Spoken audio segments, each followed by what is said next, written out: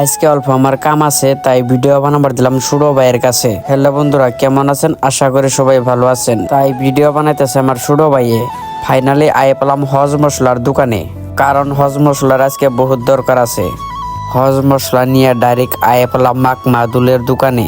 মাক মাদুলের দোকানে কিছু মিলল না, তাই আয়ে পেলাম সবজি বাজারে। অনেক অনেক সবজি নিয়ে ডাইরেক্ট আয়ে পেলাম বিলাহির পাইকারির দোকানে। বিলাহি নিয়ে ডাইরেক্ট আয়ে পেলাম উলকপির দোকানে। সবজিপাতি বস্তুপাতি যা কিছু কিনা সব বাড়ি ফেলে দিলাম বাড়াইয়া। তারপরে আমি আইলাম বাড়ি ফেলে।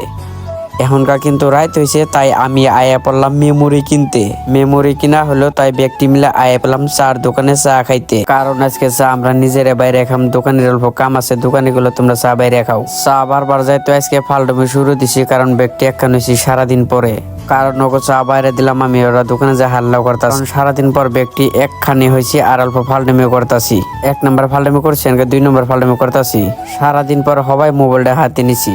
ওগো ব্যক্তি গুলোকে ফালডমি করম আমি, কারণ মোবাইল আমি এখন হাতে পাইছি।